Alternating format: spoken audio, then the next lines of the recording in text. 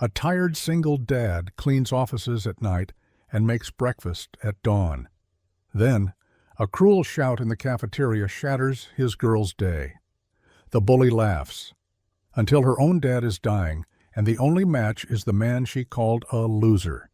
He gives his kidney anyway. No cameras, no deal, just courage. But after the surgery, something goes wrong. The hero who saved a stranger starts to fail. The wealthy mother who mocked him can't fix this with money. The bully can't take back the words that cut like knives. The town that never saw him now gathers with candles, but time is running out. Why would a man save the family that tried to break his? When his one remaining kidney crashes, who stands up? Who says, "I'm sorry"? Who says, "I believe"? And who decides what a life is worth? Before we get into the story, comment below where in the world you are watching from today. The fluorescent lights hummed their goodbye as Ethan Cole pushed his cleaning cart down the empty corridor. 4:30 in the morning, and the office tower stood silent except for the squeak of his wheels on polished marble. His lower back screamed from 8 hours of mopping, but he straightened anyway. Pride didn't clock out. Outside, the October air bit through his worn jacket. The bus wouldn't come for another 20 minutes, so he walked. Each step sent fresh aches through his knees, but walking saved $2. $2 meant milk for Maddie's cereal. Their apartment sat 3 flights up in a building that had seen better decades. Ethan climbed slowly, fishing for his keys. Inside, he moved through practiced motions, shower quick to save hot water, yesterday's jeans because the others weren't dry yet, the same flannel shirt he'd worn Tuesday. In the kitchen, he cracked eggs into a pan. The sizzle filled the small space with warmth. Bacon would have been nice, but eggs were protein enough. He buttered bread, poured orange juice into Maddie's favorite cup, the one with the chipped handle they'd found at Goodwill. "Morning, sweetheart." Maddie shuffled in, hair tangled from sleep. She wore the same purple sweater from yesterday, the one that almost hid the frayed edges of her backpack straps. "Morning, Dad." She slid into her chair, rubbing her eyes. "Math test today." "Already studied." She picked at her eggs. "Dad, my shoes." "I know. Next paycheck, I promise." The sole had started separating from her left sneaker 2 weeks ago. He'd fixed it with super glue twice already. She nodded, understanding more than any 12-year-old should have to. They walked to school together, Ethan's hand on her shoulder. Other kids streamed past in cars. SUVs with heated seats. Minivans with TVS in the headrests. Maddie kept her eyes forward. "Have a good day, kiddo." "You too, Dad." She squeezed his hand once before joining the river of students. Ethan watched until she disappeared through the double doors, then headed home to catch 3 hours of sleep before his afternoon shift at the grocery store. Maddie made it to first period without incident. Second period, too. But lunch was when the sharks circled. She'd found a quiet corner in the cafeteria, unwrapping the peanut butter sandwich Ethan had made. No jelly. They'd run out yesterday. "Oh, look, it's Welfare Maddie." Brianna Holt stood there, designer jeans crisp, highlights perfect, even under the harsh cafeteria lights. 2 other girls flanked her like backup dancers. Maddie stared at her sandwich. "What's wrong?" "Can't afford to look at me either?" Brianna's laugh cut sharp. "My mom says your dad cleans toilets for a living. That's so gross." "He works hard." The words came out smaller than Maddie intended. "Works hard?" Brianna leaned closer. "My dad makes more in a day than yours makes in a year. Your dad's nothing, a nobody, a complete loser." Maddie's hands shook. She stood to leave. "You know what?" Brianna's voice rose, drawing stares from nearby tables. "I hope your dad dies. Dies like the pathetic loser he is. Then maybe you'll disappear too." The cafeteria went silent. Even Brianna's friends stepped back. Maddie ran. Through the cafeteria doors, down the hall, into the bathroom where she locked herself in a stall and sobbed until her ribs hurt. The school nurse called Ethan's cell, but he was asleep. Maddie spent the rest of the day in the nurse's office, claiming a stomachache. After school, she walked home alone. Ethan was in the kitchen, making dinner. Spaghetti with butter, no sauce. "How was your day?" She meant to lie, meant to protect him like he protected her. But Brianna's words burned in her throat.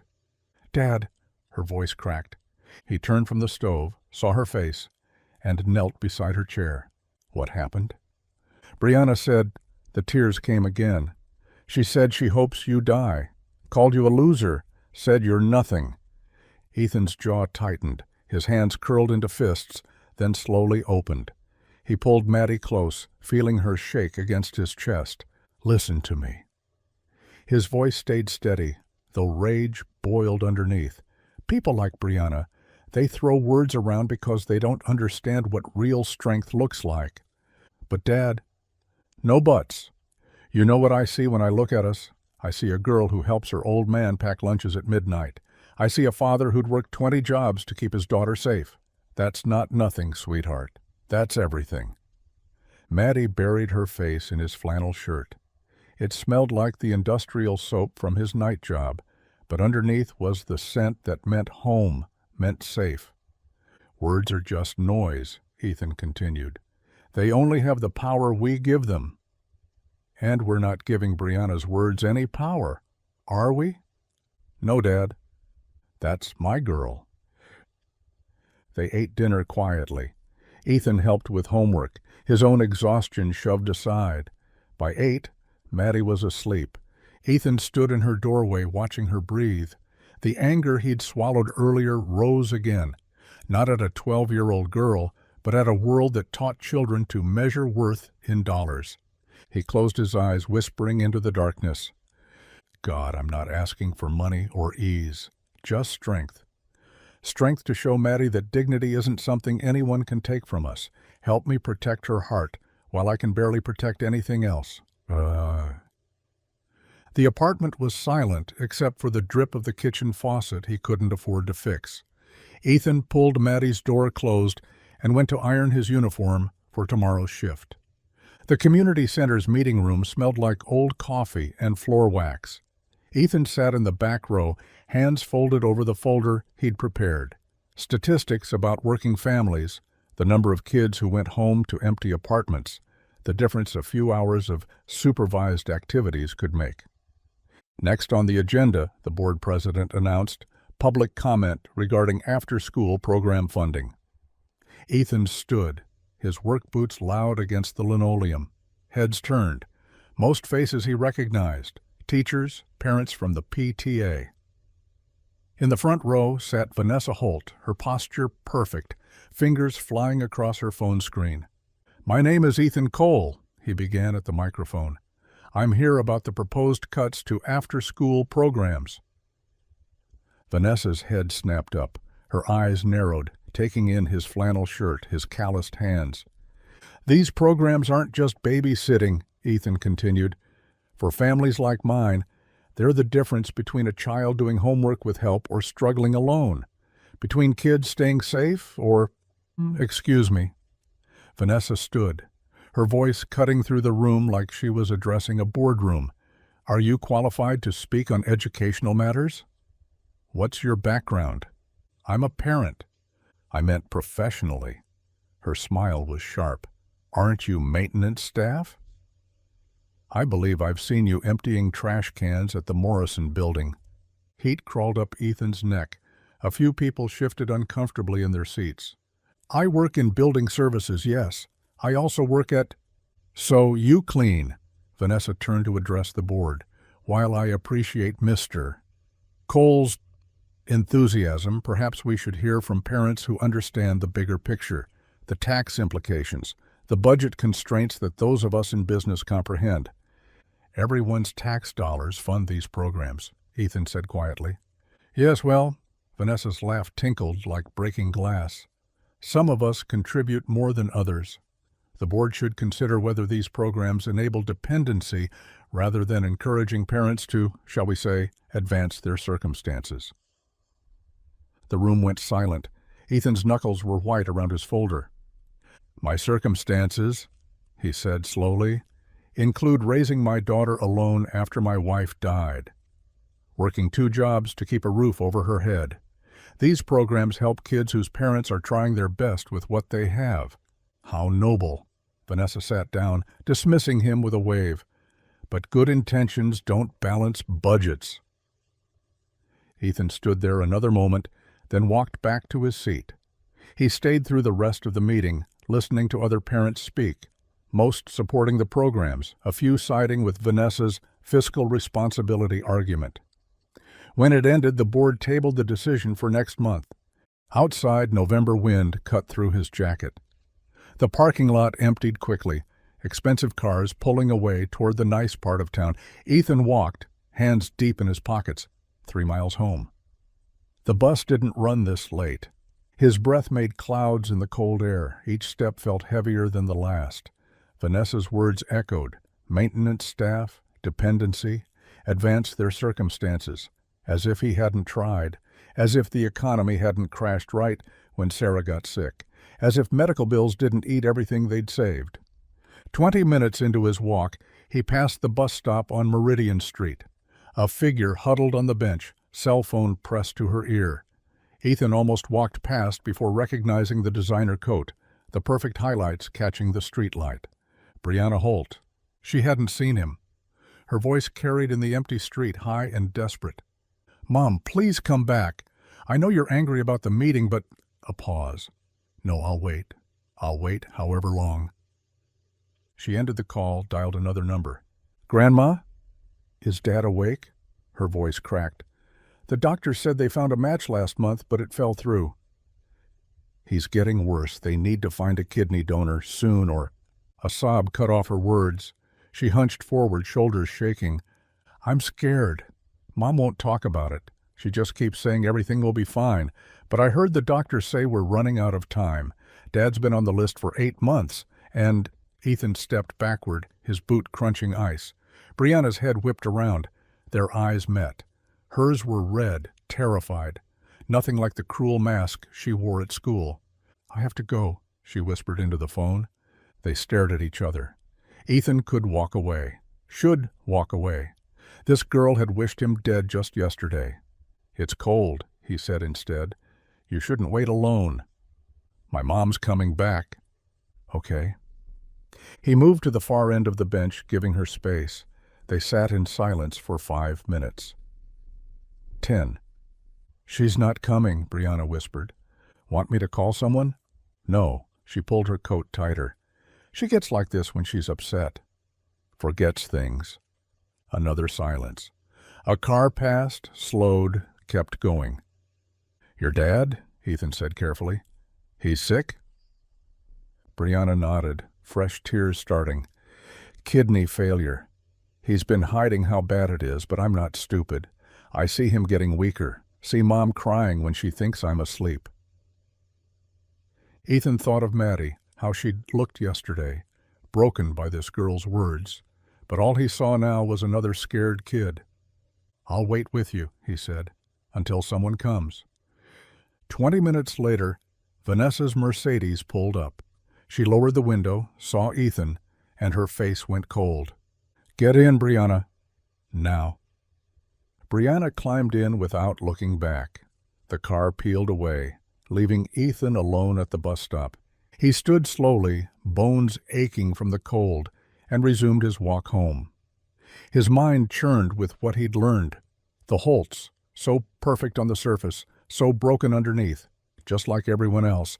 The mop bucket rolled across the marble floor of the downtown office building, but Ethan barely noticed the squeak of its wheels. His hands moved through the familiar motions, dip, ring, sweep, while Brianna's voice played on repeat in his mind. "We're running out of time." He'd emptied 3 trash bins before realizing he'd forgotten to replace the liners.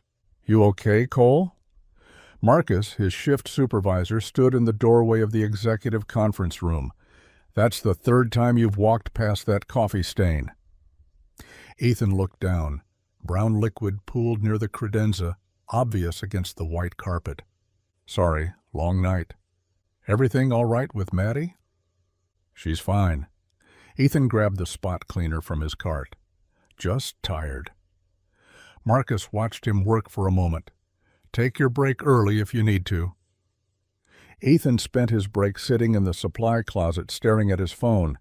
He'd typed kidney donation into the search bar 3 times, deleting it each time. The 4th time he let his thumb hover over the search button. What was he doing? He had Maddie to think about. She'd already lost her mother. He couldn't risk. But Daniel Holt was dying, a father like him, with a daughter who needed him. The rest of his shift passed in a blur. By the time he got home, Maddie was already up, making her own breakfast. Toast with peanut butter, no jam because they'd run out. "Dad, you look terrible." "Thanks, sweetheart." He kissed the top of her head. "Just tired." "How about eggs?" "We're out." "It's okay. I like toast." She didn't, not really. But she'd stopped asking for things she knew they couldn't afford. After walking her to school, taking the long way to avoid the corner where parents dropped their kids from warm cars, Ethan caught the bus to the public library. The computers were old, slow, but free. He found himself typing without thinking. Kidney donation risks. The results filled the screen. Surgery complications, infection, time off work. 6 to 8 weeks. His stomach clenched. 8 weeks without pay meant no rent, no food. But then other words jumped out. Living donors save lives. Most donors live normal, healthy lives with 1 kidney. A photo showed a little girl hugging a man in a hospital bed. Both were crying, smiling. Ethan closed the browser, opened it again, typed kidney donation process. Blood tests, tissue matching, psychological evaluation. The list went on. 15-minute warning, the librarian called out. Ethan stared at the screen. Somewhere across town, Daniel Holt was dying. His wife was too proud to ask for help. His daughter was terrified of becoming what Maddie already was, a kid with only one parent. He logged off and walked to the bus stop. Instead of going home, he found himself at the hospital. The transplant coordinator's office smelled like vanilla candles trying to mask disinfectant. Pamphlets covered every surface. Becoming a living donor, the gift of life. Your questions answered. How can I help you today? The coordinator, a woman named Helen with kind eyes behind thick glasses, smiled at him. I want to be tested as a donor. That's wonderful. Do you have someone specific in mind? Ethan hesitated. Daniel Holt. Helen's fingers paused over her keyboard. You're a family friend? Something like that. She studied him for a moment, then nodded. We'll need to run some preliminary tests. Blood work, medical history. If you're a potential match, we'll do more extensive testing. How long does it take? The initial results? A few days. If you're compatible, the full evaluation takes several weeks. Several weeks? Daniel might not have that long. Can we start today? Helen made some calls. Within an hour, Ethan was rolling up his sleeve while a technician drew vial after vial of blood. That's quite a bit, he said. We're thorough. The technician labeled each vial carefully. Better to know everything up front. They asked about his medical history, his family history, whether he understood the risks. I have a daughter, he said, 12 years old. Her mother died 3 years ago. The transplant psychiatrist, brought in for a quick assessment, leaned forward. And you understand that any surgery carries risks? That you'd need time to recover? I understand. May I ask why you want to do this for Mr. Holt? Ethan thought of Brianna crying at the bus stop, of Maddie coming home in tears, of Vanessa's cold dismissal at the school board meeting, because it's the right thing to do.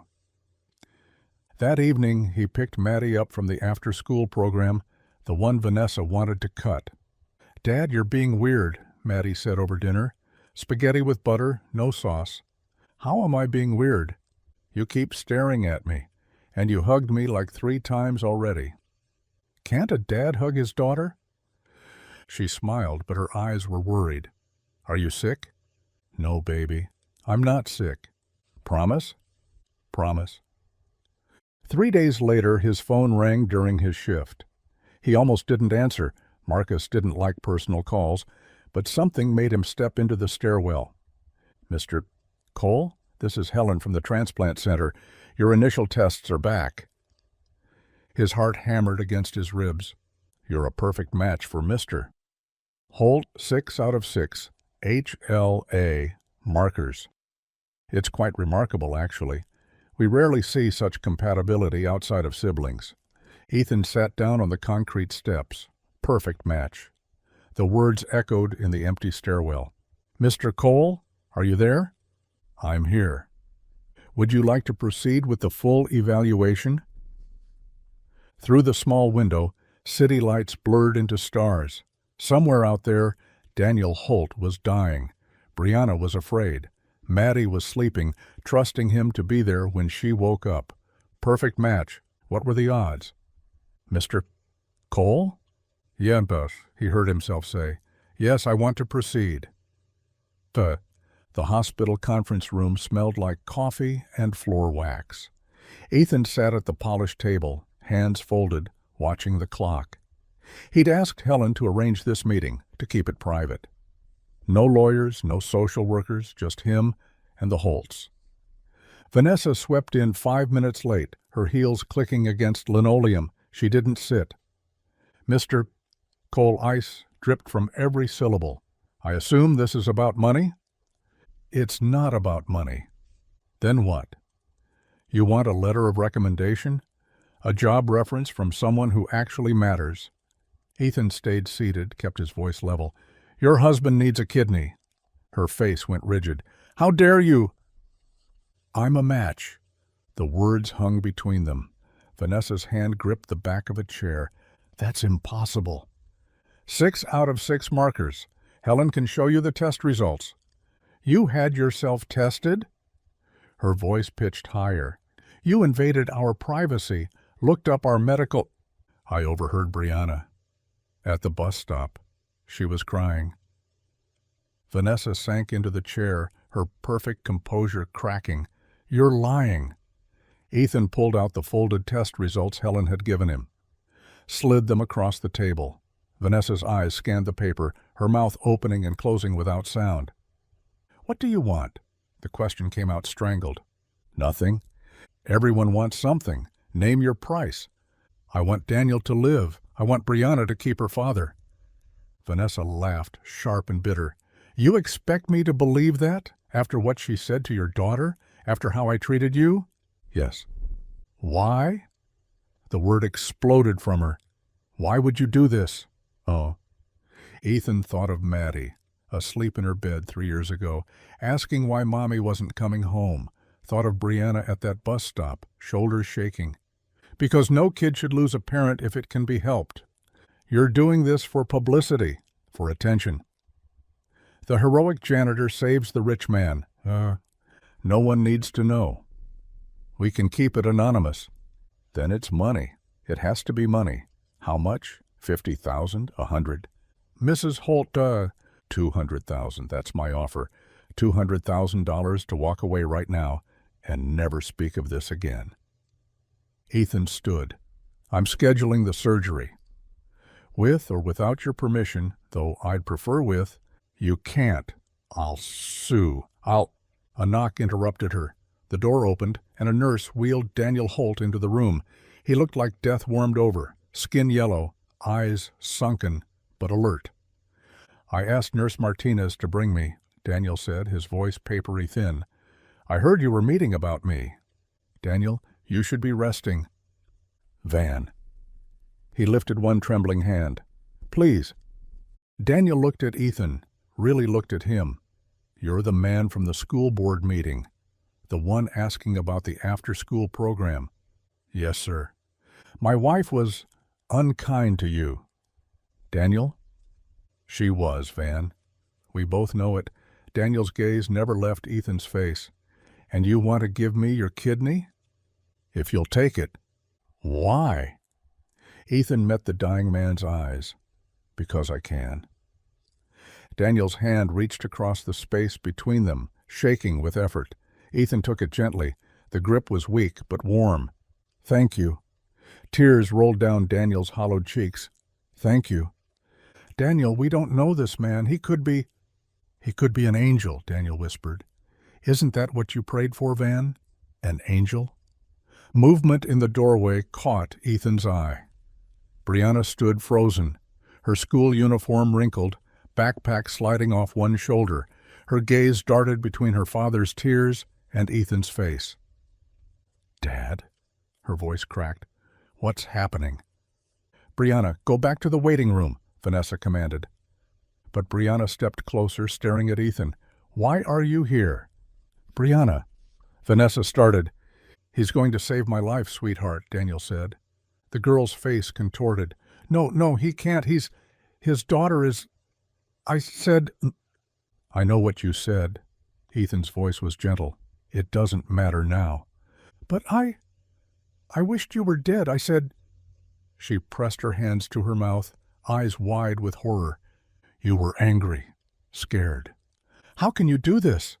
After what we... She looked at her mother, then back at Ethan. We were horrible to you. Your dad needs help. I can help. That's all that matters. Brianna burst into tears, raw, ugly sobs that shook her whole body. Vanessa reached for her, but the girl pulled away, stumbling toward her father's wheelchair. I'm sorry, she gasped. I'm so sorry. Daniel smoothed his daughter's hair with one weak hand, but his eyes stayed on Ethan. When? As soon as the final tests clear, maybe 2 weeks. The risks. I know the risks. Your daughter. If something happens, nothing will happen. Vanessa stood abruptly. This is insane. We'll find another donor, someone appropriate, someone quote. There is no one else, Daniel said quietly. Van, there's no one else. The room fell silent except for Brianna's muffled crying against her father's shoulder. Finally, Vanessa spoke, each word pulled from her like a tooth. Fine. We'll proceed with the surgery. She gathered her purse, her dignity, her daughter. At the door, she turned back. Don't expect gratitude, Mr. Cole. Don't expect anything to change. But her eyes betrayed her. Confusion, fear, and something else. Something that might have been shame. After they left, Ethan sat alone in the conference room. 2 weeks. 2 weeks to figure out how to tell Maddie. 2 weeks to arrange time off work he couldn't afford. 2 weeks to prepare for surgery that would save a man whose family had wished him dead. He pulled out his phone, looked at Maddie's picture on the lock screen. Please understand, baby, he whispered. Please understand why Daddy has to do this. The surgery got moved up. Daniel's kidneys were shutting down faster than expected, and what should have been 2 weeks became 3 days. 3 days to prepare Maddie for the possibility of losing her only parent. Ethan made her favorite dinner, mac and cheese from the box, the kind with the powder that turned everything orange. She knew something was wrong. He never let her have the processed stuff anymore, not since reading about nutrition at the library. Dad, you're scaring me. He set down his fork. The kitchen felt too small, the overhead light too harsh on her worried face. Remember when we talked about helping people, even when it's hard? Yeah, but Brianna's father is dying, baby. His kidneys don't work anymore. Maddie's jaw tightened. So I got tested. I'm a match. The words hung between them like a blade. Maddie's eyes went wide, then narrow, then filled with tears. No, Maddie, no, you can't. She said she wished you were dead. Her mom called you trash. I know. Then why? She pushed back from the table, chair scraping. Why would you help them? Ethan reached for her hand. She pulled away. Because it's right. It's not right. It's stupid. What if something happens? What if you... Her voice broke. I already lost Mom. Come here. She resisted, then crumbled into his arms, sobbing against his chest. He held her tight, feeling her shake. Listen to me. The surgery is dangerous, yes, but the doctors are good, really good. I don't care about the doctors. I know you're scared. I'm not scared. I'm angry. She pulled back, glaring through her tears. Why do you have to be so good? Why can't you just be normal and hate them like everyone else would? Ethan wiped her cheeks with his thumbs.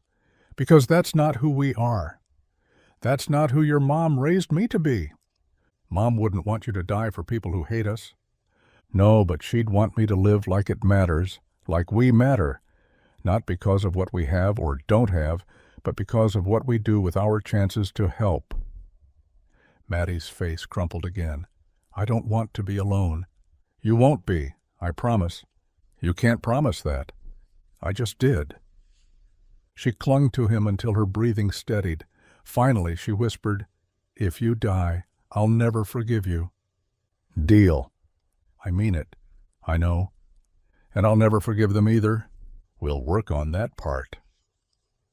The pre-op room smelled like antiseptic and fear. Ethan changed into the hospital gown, feeling exposed and small. Maddie sat in the plastic chair, clutching his clothes like a lifeline. Mrs. Patterson will pick you up after school tomorrow. I want to be here when you wake up. You will be. Surgery takes about 4 hours, then recovery. I looked it up. I know how long it takes. A nurse came in with an IV kit. Maddie watched every movement, memorizing the process like she might need to recreate it later. You're brave, the nurse told Maddie, taking care of your dad like this. He's the brave one, Maddie said. I'm just scared. Down the hall they could hear voices. Vanessa Holt's sharp tones, a doctor's calm responses. Daniel was being prepped in another room. They're here? Maddie's voice hardened. They have to be. It's his surgery, too. I don't want to see them. You don't have to. But as they wheeled Ethan toward the operating room, they passed Daniel's gurney in the hall. The dying man looked worse than before, barely conscious. But his eyes found Ethan's. Thank you, he mouthed. Behind him, Brianna stood against the wall. She looked smaller than usual, deflated. Her eyes were red and swollen. When she saw Ethan, she took a step forward, then stopped. I'm sorry, she whispered. Maddie moved between them, protective. Don't talk to him. Maddie, Ethan warned. No, Dad. She doesn't get to apologize now, not when you're... She choked on the words. Brianna nodded, stepping back. You're right. I'm sorry, doesn't fix anything. The orderlies started moving again. Ethan reached for Maddie one last time, squeezing her hand. Be good. Be alive. That's the plan. The operating room lights were brilliant white. The anesthesia mask came down, and Ethan counted backward from 10. He made it to 7. 4 hours and 17 minutes later, he woke to soft beeping and Maddie's hand in his. The pain hit like a freight train, radiating from his side. Dad? He tried to speak. His throat felt like sandpaper. Don't talk. The nurse said you'd be thirsty. She held a cup with a straw to his lips. The water was heaven. You okay? I'm okay. You're okay. Mr. Holt is okay. Everyone's okay. Good. Through the haze of pain medication, he heard other voices, crying. Not Maddie, someone else. She's been there all day, Maddie said quietly. Brianna, just sitting in the hall crying. Ethan turned his head slightly. Through the doorway, he could see the girl curled in a waiting room chair, face buried in her knees. Her dad? He managed. Alive, new kidneys working. Good. Maddie's grip tightened. You did it, Dad. You saved him. But looking at his daughter's exhausted face, at Brianna broken in the hallway, at the long road of recovery ahead, Ethan knew they were just beginning. The surgery was over, but the real test, learning to live with the consequences, with the connection now forged in blood and sacrifice, that was yet to come. The beeping continued, steady as a heartbeat. 2 families linked now by an organ that pulsed with new life in one man's body and left an empty space in another's. Forever changed, forever bound. The real story was just beginning. The second time Ethan woke, the pain had dulled to a deep ache, Afternoon light filtered through the blinds, casting stripes across Maddie's face. She'd fallen asleep in the chair, head resting on the edge of his bed, still holding his hand. A nurse entered quietly, checking the monitors. "Good to see you awake, mister." "Cole." "How's the pain?" "Manageable." "Scale of 1 to 10? 6?" She raised an eyebrow. "Most people say 8 or 9 at this stage. You're tough." "Just tired." She adjusted his IV drip. "Recovery's going to take time. 6 to 8 weeks before you're back to normal activity. No lifting anything heavier than a gallon of milk for the first month." Ethan thought about his job, hauling trash bags, pushing industrial vacuums, moving furniture. "I understand. Your body just went through major trauma. You need to respect that." Maddie stirred at the voices. "Dad?" "Still here, sweetheart." The nurse smiled. "Your daughter hasn't left except when we made her eat something. You've got a good one. The best." After the nurse left, footsteps approached from the hallway. Daniel Holt appeared in a wheelchair, pushed by an orderly. He looked different, still pale, but the gray undertone was gone. His eyes were clearer. "Ethan." His voice was stronger, too. "The doctors say the kidney's working perfectly. My numbers are already improving. That's good to hear." Daniel leaned forward. "I need you to know what you did. There aren't words. You don't need words. Just get better." "I will, because of you." His voice cracked. "My daughter gets to keep her father because of you." The orderly wheeled him away, but within minutes new footsteps clicked down the hall. Vanessa Holt entered, designer heels sharp against the linoleum. She carried an expensive-looking gift basket wrapped in cellophane. "Mr. Esther Cole." She set the basket on the side table without looking at him directly. "The hospital says you're recovering well." "Yes, ma'am." "Good. That's good." She smoothed her skirt, uncomfortable. "Daniel wanted me to express our family's gratitude." The words sounded rehearsed, like a business transaction. Maddie sat up straighter. He already did, himself. Vanessa's jaw tightened. "Yes, well, if there's anything you need during recovery..." "We're fine," Maddie said. "Maddie," Ethan warned gently, "we are fine, Dad. We don't need their..." "Thank you, Mrs. Holt," Ethan interrupted. "We appreciate the gesture." Vanessa nodded stiffly. Behind her, barely visible in the doorway, Brianna hovered. She wore jeans and a wrinkled sweater, nothing like her usual polished appearance. Her eyes were puffy, face drawn. She opened her mouth, closed it, opened it again. No words came. Vanessa turned. "Brianna, we should go." The girl nodded, but didn't move. She stared at Ethan like she was seeing him for the first time. Then she fled down the hall, her mother's heels clicking after her. "Coward," Maddie muttered. "She's 12 years old and her world just got turned upside down." "She's mean." "She's scared." "Of what?" "Of being wrong. Of realizing what she said and did. Of facing that." Maddie slumped back. "I still don't forgive her." "Nobody's asking you to?" "Not yet." Evening came slowly. Ethan dozed in and out, while Maddie did homework in her chair. Around dinner time, she went to the cafeteria for food. Alone, for the first time all day, Ethan stared at the ceiling tiles and tried not to think about the bills that would come, the work he'd miss, the weight of what he'd done. Voices drifted from the hallway, 2 nurses or orderlies, he couldn't tell. "Room 302, that's the kidney donor, right?" "Yeah, gave it to the Holt guy down the hall." "The millionaire?" "That's the one. And get this, the donor's a janitor, cleans office buildings." "No way." "I'm serious. Single dad, too. Barely making ends meet, and he gives a kidney to some rich guy who probably never noticed he existed. That's either the most generous thing I've ever heard, or the dumbest. Maybe both." Their voices faded as they moved away. A moment later, Maddie appeared in the doorway holding a tray of cafeteria food. Her face glowed. "Did you hear that?" "Maddie." "They called you generous. They think you're amazing. We don't need their praise, just peace." She set the tray down harder than necessary. "Why don't you ever want credit for anything good?" "Because doing good for credit isn't really doing good." "But they should know. Everyone should know that we matter." "We do matter, but not because they say so."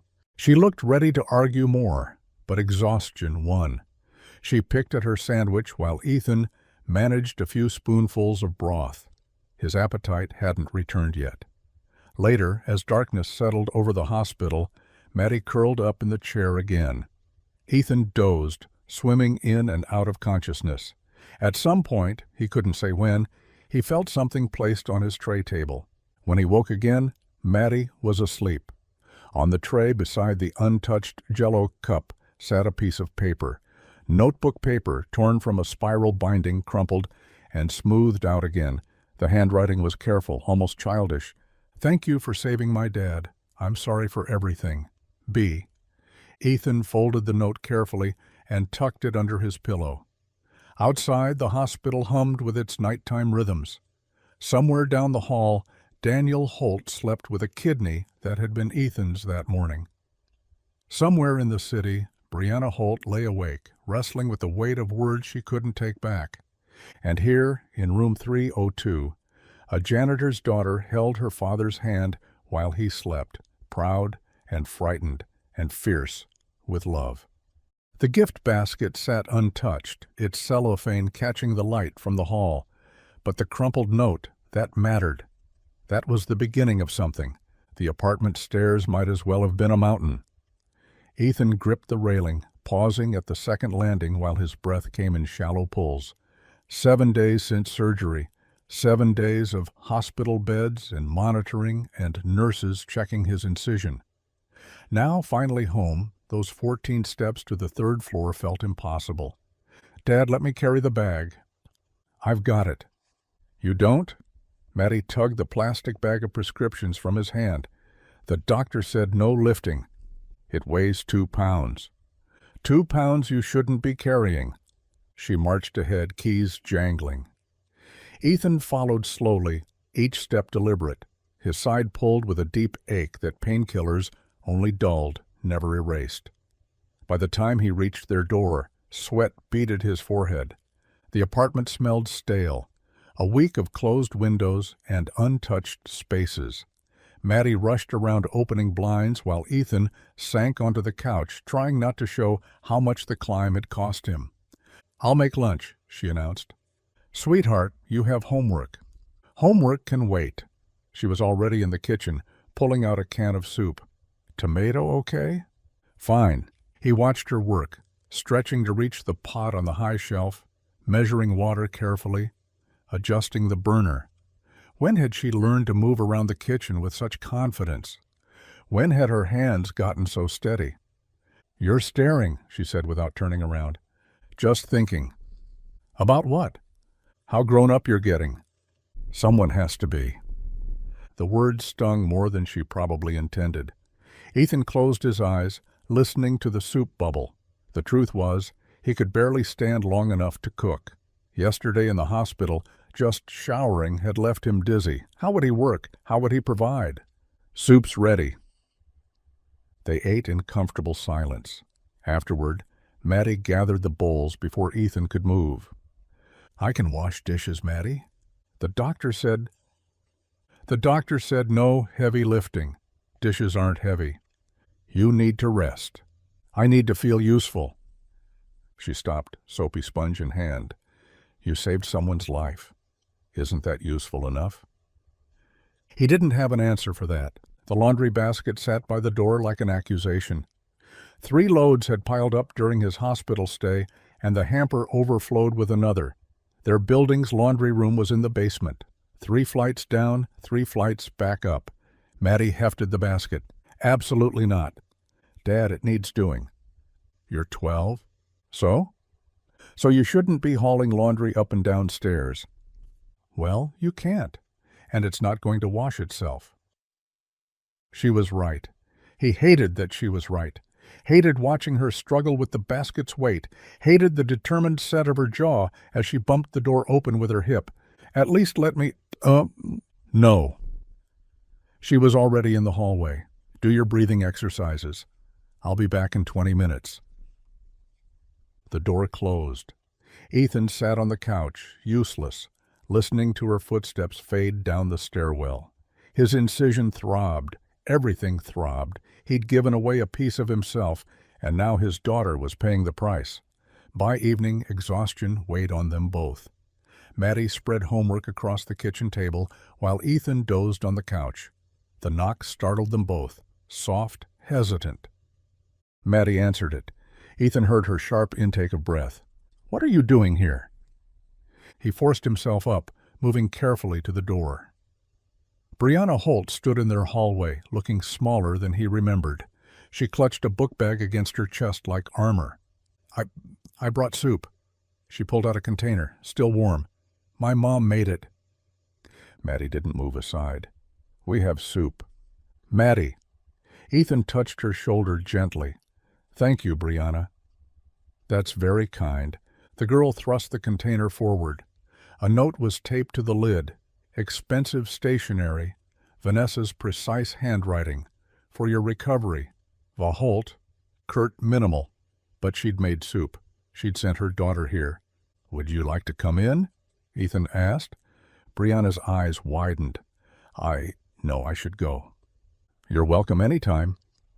Maddie made a sound in her throat. Brianna heard it, flinched. "I just wanted to—" She shifted the book bag. "My dad's doing better." "Because of you. He walked around the whole floor today?" "That's wonderful." "Yeah." Silence stretched. The two girls stared at each other, Maddie's glare hard, Brianna's gaze skittering away and back. "I should go," Brianna repeated. "Thank your mother for the soup." She nodded, already backing away. Her footsteps echoed in the stairwell, too fast, almost running. Maddie slammed the door. "We're keeping her soup?" It was a gesture. A guilty gesture. Still a gesture. Maddie stalked back to her homework, pencil scratching angry marks. Ethan heated the soup, some kind of fancy butternut squash thing, with herbs he couldn't identify. It tasted expensive. "She's the one who wanted you dead." The words hung in the air. Ethan set down his spoon, looking at his daughter's rigid back. Sometimes cruelty is just pain in disguise. That doesn't make it okay? No, it doesn't. Then why are you being nice to her? Because someone has to break the cycle. Maddie's pencil stopped moving. What if she doesn't deserve it? What if she does? No answer, just the scratch of pencil on paper resuming, softer now. Outside their window, the city hummed with evening life. Somewhere across town, Brianna Holt was probably telling her mother about the small apartment, the tired man, the angry girl. Somewhere, Daniel Holt was walking hospital corridors with Ethan's kidney filtering his blood. Ethan finished the fancy soup. It sat heavy in his stomach, rich and unfamiliar, like kindness from unexpected places. The news traveled faster than Ethan expected. By Monday morning, everyone at Maddie's school knew. The janitor who saved the millionaire, the maintenance man who gave his kidney to the executive's husband. Different versions, same story. Mrs. Chen, Maddie's homeroom teacher, stopped her in the hallway. "How's your father recovering?" "He's okay." Maddie shifted her backpack, unused to the attention. What he did was remarkable. Mrs. Chen's voice carried a new tone. Respect, maybe. "You must be proud." Maddie nodded, escaping before more questions came. But they kept coming. Teachers who'd never noticed her suddenly knew her name. The librarian saved her a seat during study hall. The gym teacher asked if she needed extra time for anything, given her family situation. It felt strange, wrong somehow, like wearing clothes that didn't fit. Tuesday's assembly was mandatory. The entire middle school packed into the auditorium, 6th through 8th grade. Maddie slumped in her seat, hoping to disappear. Principal Morrison took the microphone. "This month, we're launching a new initiative on organ donation awareness." Whispers rippled through the crowd. Maddie's stomach tightened. Recently, one of our own school community members, demonstrated extraordinary compassion. Many of you have heard about Mr. Ethan Cole, whose daughter Maddie is in 7th grade. Heads turned. Hundreds of eyes found her. Mr. Cole donated his kidney to save a life, not a family member, not even a friend, someone who, by all accounts, was a stranger in need. The auditorium fell silent. Even the 8th graders stopped fidgeting. This selfless act embodies the values we hope to instill in all our students. Maddie, would you please come to the stage? Her legs felt like water. The walk to the stage stretched forever, faces blurring on either side. Some kids smiled, others whispered. In the 3rd row she spotted Brianna, sitting perfectly still, face unreadable. Principal Morrison handed her a certificate. On behalf of Jefferson Middle School, we honor your father's compassion and sacrifice. Please accept this recognition for him. The certificate trembled in her hands. Certificate of Exemplary Community Service, Ethan Cole. Would you like to say anything? The microphone loomed. Maddie shook her head quickly. That's fine. Let's give Maddie and her father a round of applause. The clapping started slowly, then built. Not everyone joined. She saw Tyler Brooks rolling his eyes, heard Ashley mumbling something about attention-seeking. But most did. Real applause. For her dad. For them. She fled the stage, certificate clutched against her chest. After the assembly, the hallways buzzed with talk. That's actually pretty cool, someone said as Maddie passed. My uncle needed a kidney once. Waited 3 years. Takes guts to do that for someone you don't even like. But she heard the other comments too, quieter but sharp. Bet he did it for money. Trying to make the rich family owe him. Still a janitor, though. Maddie kept walking, certificate burning in her hands. Lunch was different. Sarah Chen sat down beside her, uninvited but not unwelcome. That assembly was intense. Maddie unwrapped her sandwich. Peanut butter, same as always. Is your dad really okay? My mom said kidney surgery is serious. He's recovering. That's good. Sarah hesitated. It's weird, right? How everyone suddenly cares. Maddie looked up, surprised by the honesty. Last month, nobody knew who you were. Now you're like famous or something. I'm not famous? You know what I mean. Sarah opened her juice box. People are fake sometimes, but what your dad did, that's real. Across the cafeteria, Brianna sat at her usual table, surrounded by friends, but looking alone. Their eyes met for a second. Brianna looked away first. The final bell brought relief. Maddie gathered her things slowly, letting the hallways empty. The certificate stayed in her backpack, protected between notebooks. Outside, the usual parent pickup line snaked around the building. Expensive cars, impatient mothers, kids climbing into SUVs. But at the gate, leaning against the fence, stood Ethan.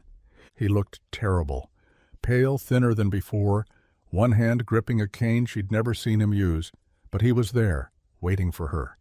Dad. She ran, then caught herself, slowing as she reached him. You shouldn't be here. Wanted to pick up my famous daughter. I'm not famous. Principal called. Said you got a certificate. She pulled it out carefully. He read it, smiling.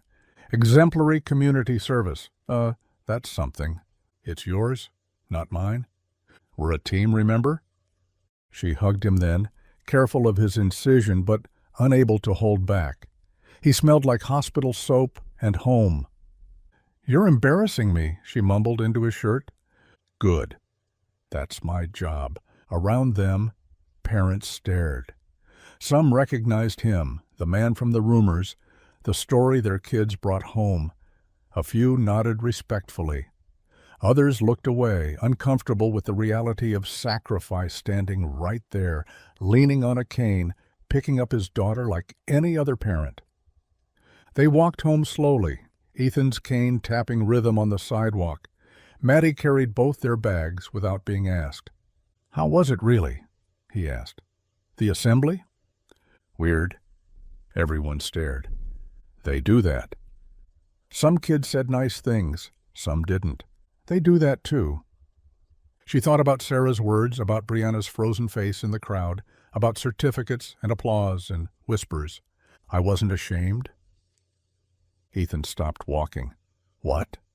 Usually when people talk about us, about being poor or you being a janitor, I feel... She struggled for words. Small, like I want to disappear. And today? Today I felt proud. His eyes glistened. He pulled her close with his free arm. That's all I ever wanted, Maddie, for you to hold your head high. They stood there on the sidewalk, rush hour traffic streaming past, a father and daughter holding each other up in different ways. The certificate crinkled between them, proof that sometimes the world recognizes what matters. For the first time and longer than she could remember, Maddie didn't feel like she needed to hide who they were. 3 weeks crawled by before Mrs. Henderson announced the community service project. You'll work in pairs, chosen at random, to create presentations about kindness and second chances, real stories, real impact. Maddie watched the teacher pull names from a box, stomach tightening with each match. Please not Tyler. Please not Ashley. Please not Dash Dash. Maddie Cole and Brianna Holt. The classroom went silent. Someone actually gasped. Brianna's face drained of color. Mrs. Henderson, I can't... No switching partners. This is about learning to work with everyone. Maddie stared at her desk, feeling 30 pairs of eyes burning into her back. Their first meeting was scheduled for Thursday after school in the library. Maddie arrived 10 minutes early, chose a corner table, and spread out supplies like armor. Brianna showed up 20 minutes late. Traffic. She dropped her designer backpack on the table. They sat in silence for 5 full minutes. So, Brianna finally said, examining her manicured nails, kindness and second chances. Ironic. We need to pick a topic. How about hypocrites? I'm an expert. Maddie's pencil snapped. How about bullies who suddenly pretend to care? I'm not pretending anything. Right. You just wished my dad did, then took his kidney. I didn't take it. My father... Brianna's voice cracked. She grabbed her phone. This is stupid. I'll do the project myself. And fail us both? Very kind. Brianna froze halfway to standing. They locked eyes across the table, 2 girls carrying wounds they couldn't name. 1 hour, Maddie said. We work for 1 hour, then leave. Brianna sat back down. They managed 15 minutes of hostile cooperation before the librarian shushed them for arguing too loudly. Brianna suggested interviewing doctors. Maddie wanted to focus on patients. Every idea became a battle. We could ask your dad, Brianna said suddenly. No? Why not? He's literally the topic, kindness, second chances. He's not your show-and-tell object. Brianna flinched. That's not what I meant. Then what did you mean? I meant to... She struggled, then deflated. I don't know, forget it. They packed up in silence. 1 hour exactly. She wants to use you for the project, Maddie told Ethan at dinner. He chewed slowly, still eating smaller portions since surgery. Maybe she wants to understand. Understand what? Why someone would help people who hurt them. You always defend everyone. No, sweetheart. I just try to see past the surface. He pushed peas around his plate. Hurt people hurt people. Sometimes they don't know any other way. She knew exactly what she was saying. Maybe. Or maybe she was repeating what she learned. He looked at her. You could both use this project. Really use it. For a grade? For growing. The second meeting went marginally better. Brianna brought color-coded folders. Maddie brought library books about organ donation. They worked in tense quiet, occasionally sharing a relevant fact or statistic. 20 people die daily waiting for organs, Maddie read. Living donors have a 99% survival rate, Brianna added. They were building something, even if neither wanted to admit it. At the 1 hour mark, Brianna didn't immediately pack up. My dad's doing better. The kidney's working perfectly. Maddie nodded, unsure how to respond. He wants to meet you, both of you, to say thanks properly. My dad already said no thanks needed. I know, Brianna twisted her expensive bracelet. He's different from anyone my parents know. Poor, you mean? No, well, yes, but, she groaned, I mean he's genuine. My parents, their friends, everyone's always performing. Your dad just is. The confession hung between them. We should add a section about donor recovery, Maddie said finally. Brianna nodded, grateful for the redirect. By the fourth meeting, they'd developed a rhythm. Brianna designed slides while Maddie wrote content. They still needled each other. Brianna called Maddie's handwriting prehistoric. Maddie called Brianna's color scheme aggressively pink. But the venom had dulled. We need interviews, Brianna said. Real people, not just facts. I told you, not my dad. Then someone else. Maybe my father? Maddie considered this. Would he actually do it? Probably. He feels. Brianna searched for words. Indebted. That's not why my dad did it. I know. Quieter. That's what he can't understand. They worked until the library closed, forgetting to watch the clock. Can we work at your place tomorrow? Brianna asked as they packed up. My house is, complicated. Maddie hesitated. Their apartment was tiny, shabby, compared to what Brianna must be used to. If your dad's okay with it, he'll say yes. He always does. Walking out together, Brianna suddenly said, You're lucky. Yeah, poverty's a real gift. No, I mean, she gestured vaguely. You and your dad. You actually talk, like real conversations. Don't you talk to your parents? We discuss schedules, expectations, stock portfolios. She laughed bitterly. Your dad almost died giving my father a kidney, and my parents had one conversation about it. One, then back to quarterly reports. Maddie didn't know what to say. I used to think money meant never having problems, Brianna continued. Turns out it just means different problems, lonelier ones. They reached the parking lot where Vanessa waited in her Mercedes, typing on her phone.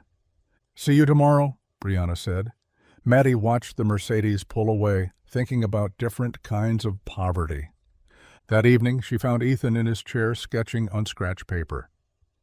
Brianna's coming tomorrow to work on our project. He smiled. Good. You were right about hurt people. Usually am. He showed her his sketch, rough drawings of two trees, roots intertwined. Forgiveness is like gardening. Plant the seed, tend it carefully, and sometimes you get something beautiful. Sometimes you don't. But you'll never know unless you try. What if she hurts me again? Then we'll deal with that together. But what if she doesn't? The next afternoon, Brianna arrived exactly on time, carrying art supplies Maddie hadn't asked for. Thought we could make it more visual, she explained, spreading out markers and poster board. They worked on the floor, papers scattered around them, while Ethan rested in his chair. Occasionally he offered quiet suggestions. Mostly he just watched them slowly sink up. This part about second chances, Brianna said, sketching carefully, we could use a butterfly metaphor. Transformation. That's cheesy. Everything meaningful is a little cheesy. She kept drawing. Look.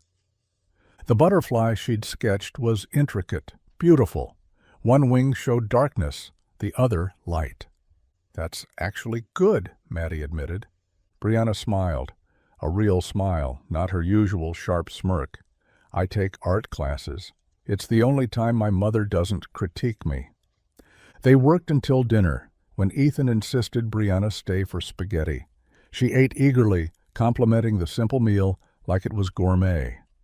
Later, helping clear plates, Maddie caught Brianna sketching again, quick, energetic drawings filling the margins of their notes. Butterflies, hearts, kidneys transformed into flowers. For the first time, Maddie saw past Brianna's armor to something unexpected, enthusiasm, maybe even hope. The auditorium buzzed with restless energy as students shuffled through presentations. Maddie's hands trembled holding her note cards while Brianna adjusted the poster board for the third time. Stop fidgeting, Brianna whispered. We've got this. Strange comfort coming from the girl who'd wished her father dead. Maddie glanced at the back row where Ethan sat, still too thin, shadows under his eyes. But there. He caught her looking and gave a small thumbs up. "Cole and Holt," the teacher called. They walked to the front together. The whispers started immediately. Everyone knew their history. Maddie's voice cracked on the first sentence, but Brianna smoothly picked up the thread, giving her time to recover. "Kidney donation isn't just about medicine," Brianna said, pointing to their butterfly diagram. "It's about transformation. The donor, the recipient, their families. Everyone changes." Maddie found her rhythm. One kidney can filter blood for an entire body. One act of kindness can transform an entire community. They alternated smoothly, Brianna's polished delivery balancing Maddie's earnest passion. The butterfly poster, one wing dark, one light, drew murmurs of appreciation. "Sometimes the people who hurt us most," Maddie said, meeting Brianna's eyes, "teach us the most about forgiveness." "BMD.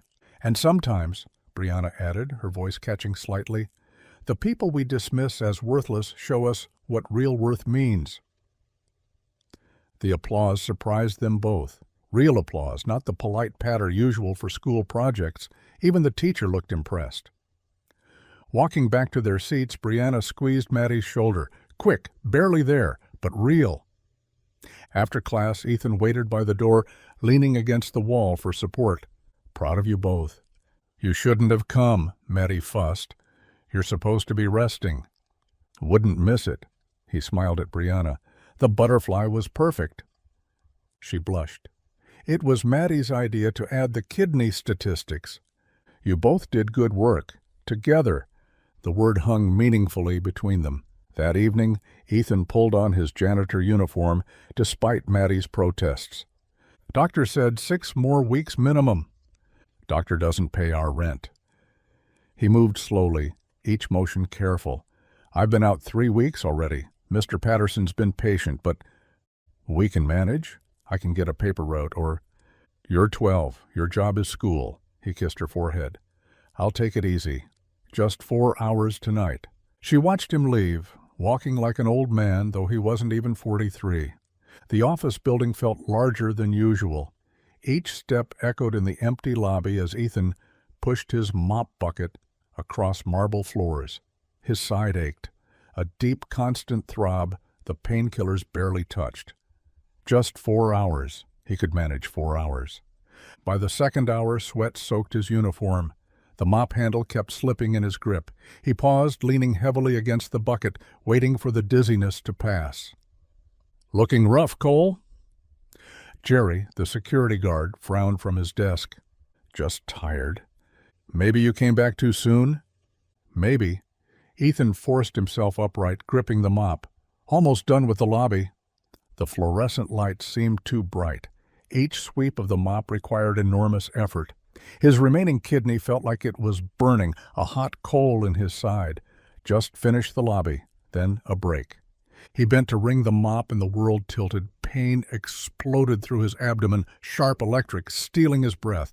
The mop clattered to the floor. "Cole?" Sawelli exclamation mark. Jerry's voice seemed distant. The marble floor rushed up to meet him, cool against his cheek. He tried to speak, but only managed to groan. "Don't move.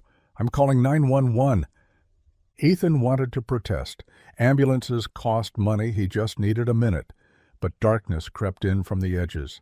His last coherent thought was Maddie. Who would make her breakfast? The phone's shrill ring yanked Maddie from sleep.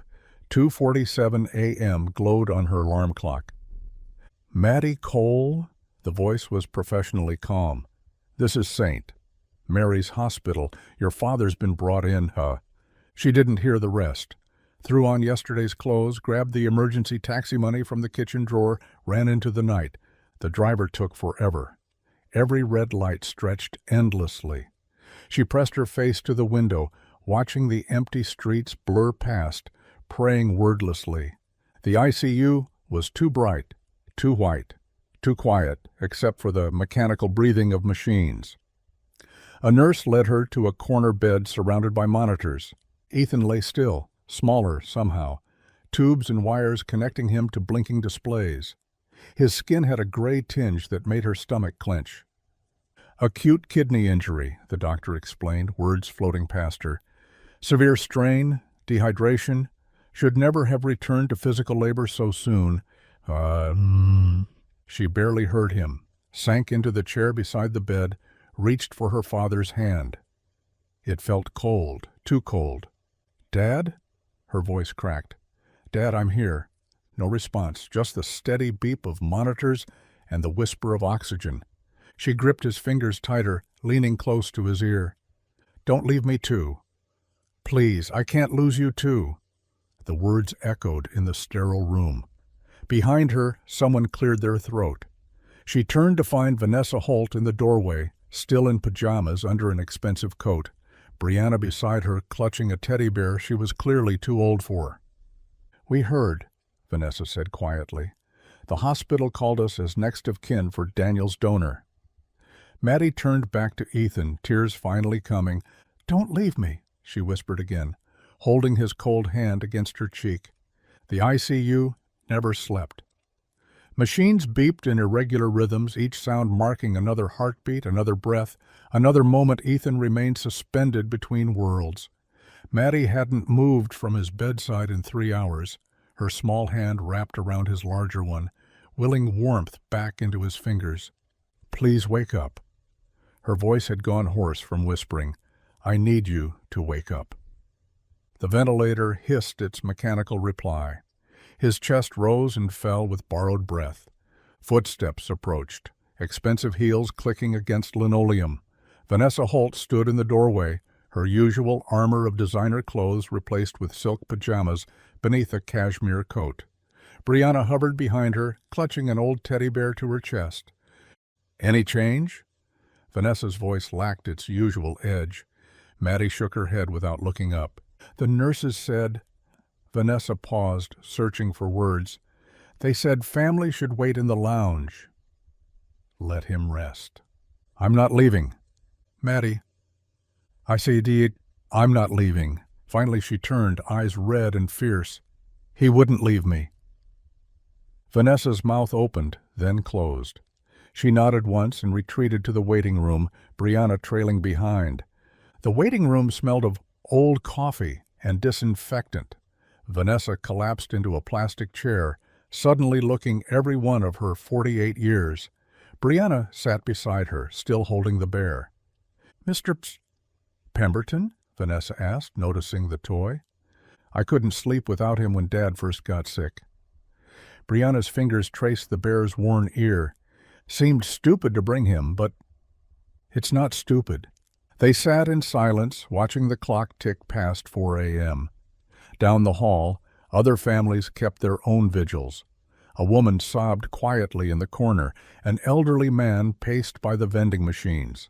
"This is my fault," Vanessa said suddenly. Brianna looked up. "Mom?" "All of it."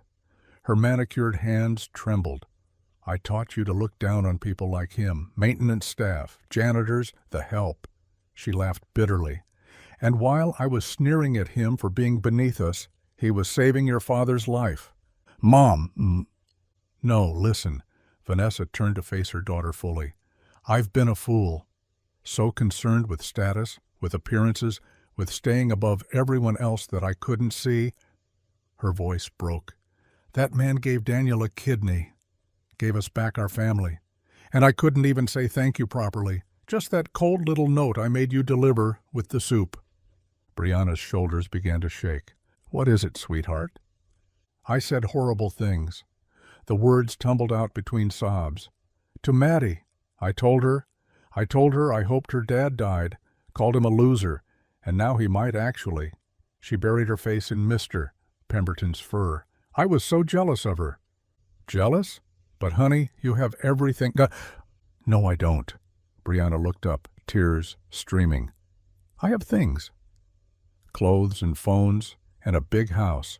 But Maddie has a dad who walks her to school, who helps with homework, who actually sees her." She wiped her nose on her sleeve, not caring about manners. "Dad's always at work or sick." "You're always at meetings. And there's Maddie with her one parent who loves her more than anything. I hated her for it." Vanessa pulled her daughter close, feeling the weight of every missed bedtime story, every skipped school play, every "not now, Mommy's busy." "I'm so sorry," she whispered into Brianna's hair, "for all of it." Maddie stood frozen outside the waiting room, having come to find the bathroom. She'd heard everything. Brianna Holt, perfect, cruel Brianna, was jealous of her? The girl with the designer backpack and new shoes every month envied Maddie's thrift store clothes and food stamp groceries? She watched them through the doorway, mother and daughter clinging to each other, both crying now. They looked smaller somehow, human. Brianna glanced up, saw her watching. Their eyes met, red-rimmed, exhausted, afraid. Maddie could have walked away. Part of her wanted to. But she heard Ethan's voice in her memory. Hate never healed anyone. She entered the waiting room, chose the chair across from them. Didn't speak, but didn't leave either. The three of them sat in silence as dawn crept through the windows, painting the sterile walls gold. "At 6:47 a.m., Doctor." Patel appeared in the doorway. All three jumped to their feet. "Mr. Cole is stable," he began, and Maddie's knees nearly buckled with relief. "But I need you to understand the situation." He led them to a small conference room, pulled up images on a tablet. "This is Mr. Cole's remaining kidney." He pointed to areas of concern. The strain of maintaining his body alone, combined with the physical labor he returned to prematurely, has caused significant damage. We're seeing decreased function, possible scarring. "But he'll recover." Maddie's voice was small. Dr. Patel's pause stretched too long. "The kidney is functioning at approximately 60% capacity. With careful management, diet, limited physical activity, he could maintain that level for years, but any additional strain, illness, injury, overwork could tip him into kidney failure. He'll need dialysis if that happens, eventually a transplant." The room spun. Maddie gripped the table's edge. "He gave away his spare," she whispered. "He gave it away, and now—" "Your father saved my husband," Vanessa said quietly. "We won't let him face this alone." The news traveled through morning coffee shops and grocery store aisles like wildfire. By noon, half the town knew. By evening, everyone did. That janitor, Ethan Cole, he's in the ICU. The one who gave the kidney? Collapsed at work. His own kidney's failing now. Mrs. Henderson from the third floor of the Hartley building stood in her kitchen, remembering all the time she'd walked past Ethan without a word. Not rudely, just blindly. He'd been furniture, part of the building. Now she pulled out her largest casserole dish. The first meal arrived at Maddie's apartment at 7 p.m. She'd gone home to shower and grab clean clothes when the doorbell rang. Mr. Jameson from the bank stood there with a still warm lasagna. "For when your dad comes home," he said gruffly. Tell him we're praying." The second came 20 minutes later, then a third.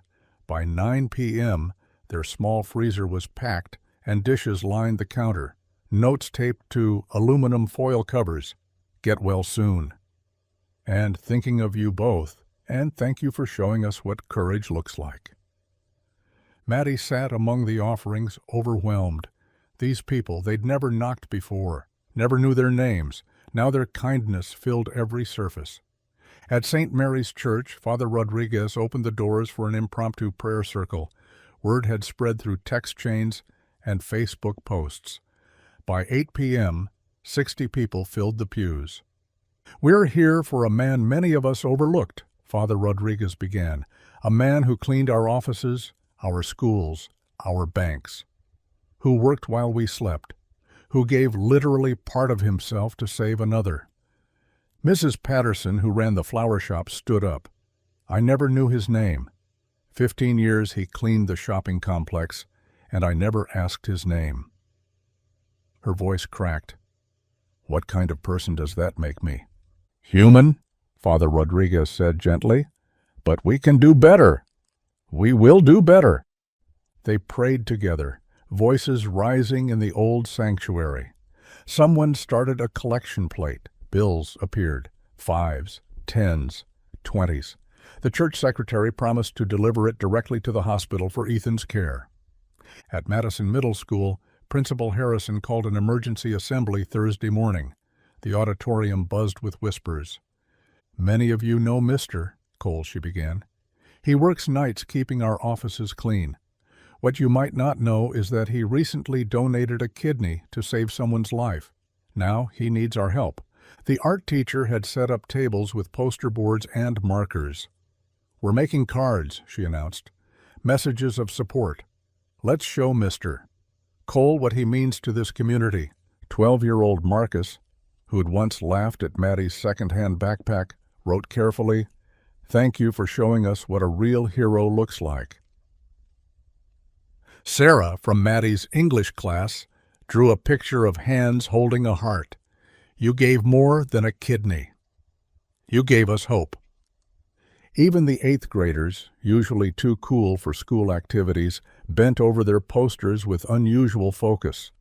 Brianna Holt sat in the back row, working on her own sign. She wrote and rewrote, crumpling draft after draft. Finally, simply, "I'm sorry. Thank you for saving my dad. You're the strongest person I know." The hospital lobby transformed. Flowers arrived hourly, not expensive arrangements, but grocery store bouquets and hand-picked wildflowers in mason jars. The security guard had to set up a special table. Vanessa Holt stood at the billing office on the second floor, her credit card out. All of Mr. Cole's charges, she told the administrator, whatever insurance doesn't cover.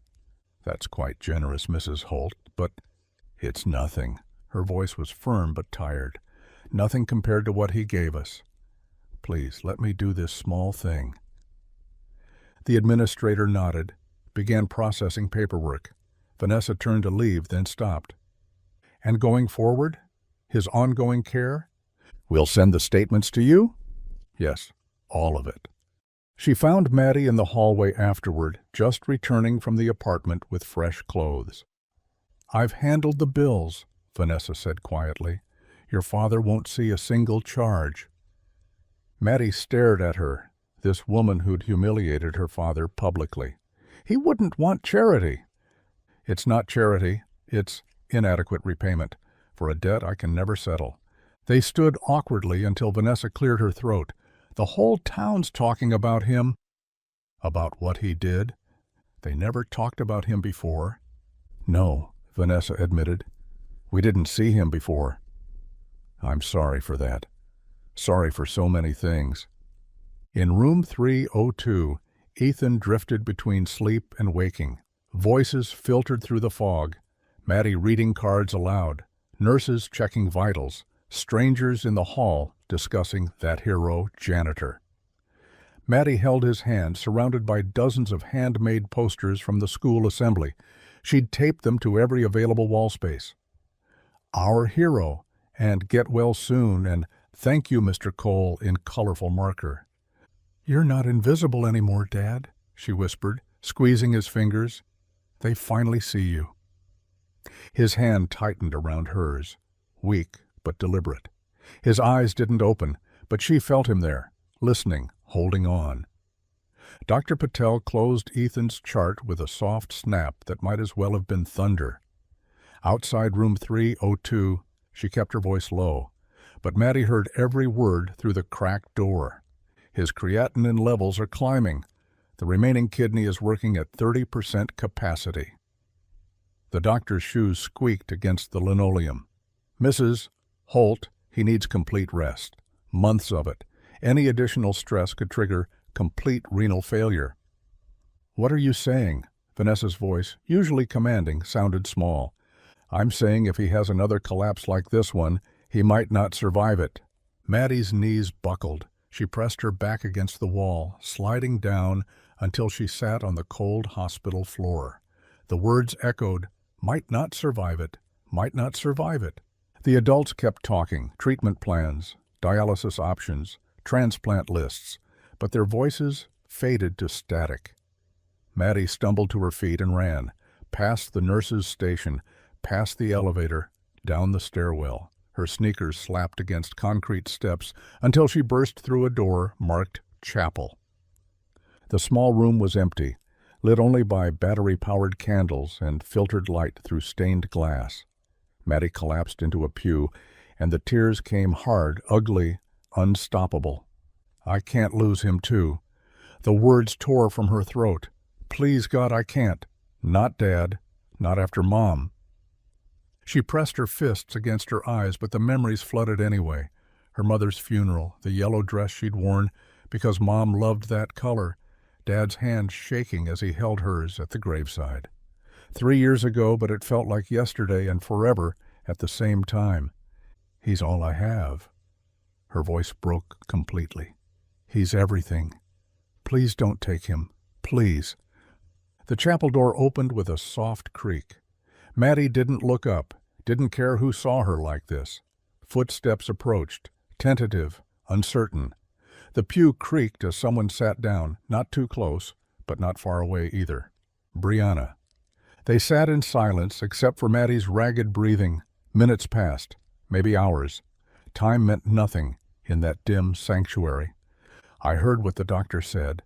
Brianna's voice was barely a whisper. Maddie's hands clenched. Go away. I can't.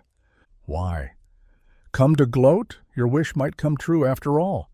The words landed like physical blows.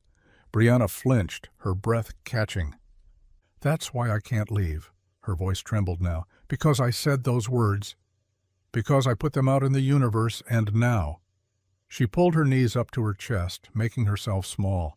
I'm more scared than I've ever been in my life. You don't get to be scared. You don't get to... I know. Brianna's voice cracked. I know what I said. I hope your dad dies like the loser he is. I hear it every night when I try to sleep. I see your face when I said it, and now he might actually. She couldn't finish. Fresh tears spilled down Maddie's cheeks. Those words, do you know what they did to me? I'm starting to understand. Brianna stared at the cross on the wall. My dad would be dead without yours. Dead. And I wished the same on him. What kind of monster does that make me? A bully? Like your mom. Brianna nodded, accepting the blow. She taught me well. How to use words like weapons. How to make people feel small so I could feel big. Her voice dropped to almost nothing. If he dies, I'll never forgive myself. The admission hung between them. Maddie wanted to stay angry, to hold on to the rage that felt safer than fear. But looking at Brianna, really looking, she saw her own terror reflected back. Different guilt, same grief. He won't die. Maddie said it like a prayer, a demand, a plea. How do you know? Because he can't. Because I need him. Because... She wiped her face with her sleeve. Because he's the strongest person I know, even if the whole world called him weak. Brianna pulled something from her pocket, a crumpled piece of paper. I wrote him a letter. Been carrying it for days, but I'm too scared to give it to him. She smoothed it against her knee. It says thank you, and sorry, and that I was wrong about everything. He'd forgive you. He already has. How can you know that? Because that's who he is. He forgave you the moment you said those words, probably prayed for you that same night. Maddie's voice was bitter and proud at once. He's better than all of us. They sat until the battery candles flickered, casting strange shadows on the walls. Finally, Brianna stood and held out her hand. We should go back. He shouldn't be alone. Maddie stared at the offered hand, this girl who'd tormented her, who'd wished her father dead, who now stood trembling with regret. She thought of her father's words, hate never healed anyone. She took Brianna's hand and stood. They walked back slowly, side by side through sterile halls that smelled of disinfectant and despair. At room 302, they paused in the doorway. Ethan lay still, surrounded by machines and flowers and handmade cards. The girls moved to his bedside, one on each side. Maddie took his left hand. After a moment's hesitation, Brianna gently touched his right. For the first time, they stood united, watching over the man who'd changed everything. The elevator chimed softly as Daniel Holt stepped out on the third floor, one hand gripping his IV pole, the other pressed against his side where the incision still pulled. Each step cost him, but he kept moving. The nurses tried to stop him. "Mr. Holt, you should be in bed." "I need to see him." His voice carried an authority that had nothing to do with money. "Please." Room 302 was crowded. Vanessa stood rigid by the window, her usual armor of designer clothes wrinkled from sleeping in hospital chairs. Maddie and Brianna flanked Ethan's bed like sentinels. Hospital staff moved between machines, checking readings, adjusting drips. Daniel's knees nearly buckled at the doorway. The man who'd saved him looked gray as ash, smaller somehow beneath the white sheets. Machines breathed for him, measured his heartbeat, tracked the struggle of his remaining kidney. "Daniel, you shouldn't be up." Vanessa moved toward him, but he waved her off. "I need to say this." He shuffled forward, dragging the IV pole. "While I can stand, while we're all here." The room fell quiet except for the mechanical rhythm of life support. Daniel reached the foot of Ethan's bed and gripped the rail to steady himself. "I built companies, made millions, thought that made me important." His voice was rough, unused to confession. "I measured everything by net worth, status, power. I taught my family the same." Vanessa's face crumpled. Brianna looked away. "Then this man, this janitor, I never noticed, who cleaned my offices while I slept, gave me an organ from his body. Asked for nothing, expected nothing." Daniel's legs shook, but he stayed standing. "I spent 40 years thinking strength meant never showing weakness, never needing anyone." A nurse moved to support him, but he shook his head, determined to stand on his own. "Ethan Cole showed me real strength. It's not in boardrooms or bank accounts. It's in choosing to save someone who looked down on you. It's in teaching your daughter Grace when the world shows her contempt." His voice broke. "It's in giving a piece of yourself to keep a stranger alive." The words hung in the antiseptic air. Vanessa made a sound, half sob, half gasp, and suddenly she was moving, sinking to her knees beside Ethan's bed. "I'm sorry." The words tumbled out, years of practiced composure crumbling. "For every cruel word, every time I made you feel small. For teaching my daughter that people like you didn't matter." She gripped the bed rail, knuckles white. "I raised Brianna to believe cruelty was strength. That kindness was weakness. That your worth was measured by what you owned, not who you were." Tears streaked her perfectly made-up face. "I was so wrong about everything, about you." Maddie watched this powerful woman kneel beside her father, and something shifted in her chest. Not quite forgiveness, but maybe the beginning of it. "You gave us back Daniel when you had every reason to let him die. You showed mercy when we showed none." Vanessa's voice dropped to a whisper. "I'm so sorry, Ethan. So desperately sorry." The machines beeped steadily. Then, movement. Slight, barely there, but Maddie saw it. Her father's fingers twitched. "Dad?" His eyelids fluttered. The room held its breath. Slowly, painfully, Ethan's eyes opened, unfocused at first, then finding Maddie's face. "Hey, sweetheart." The words were barely breath, but they were there. Maddie flew to him, careful of the tubes and wires, burying her face against his shoulder. "You came back." "You came back. Told you." He had to pause, gather strength. "Not going anywhere."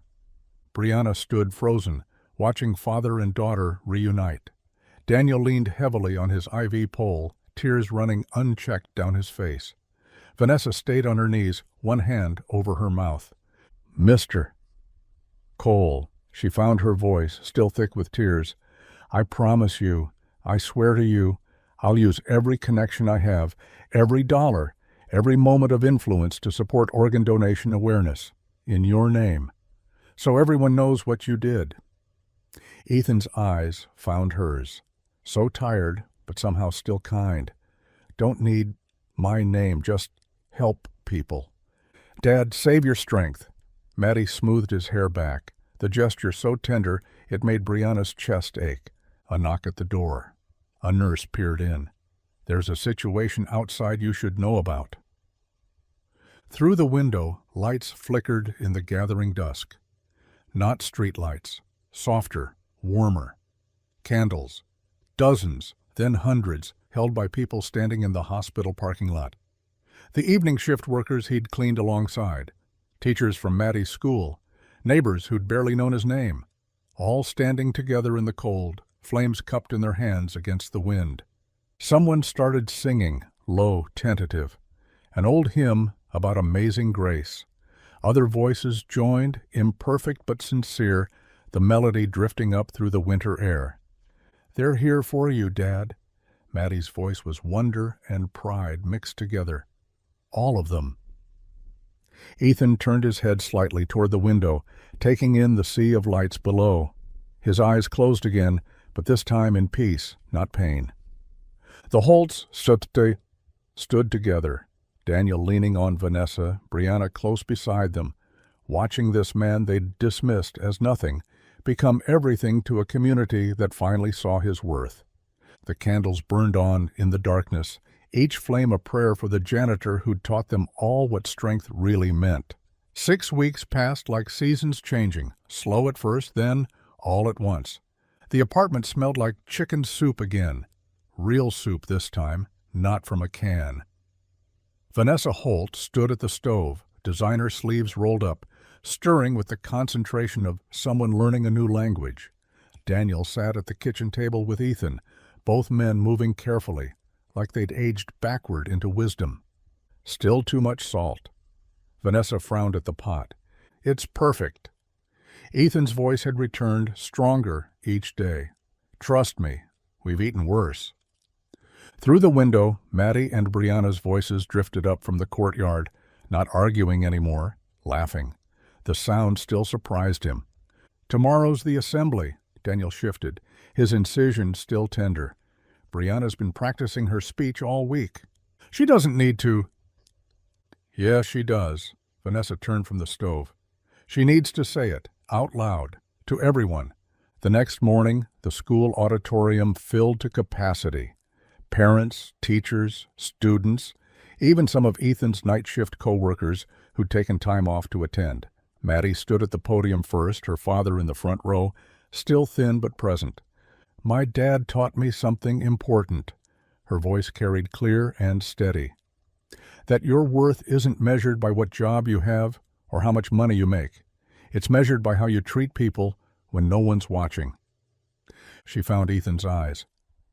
"My dad cleaned offices at night so I could go to school during the day. He gave his kidney to save someone who'd hurt us. Not for fame or money. He didn't want anyone to know. He did it because it was right." Brianna stepped up beside her.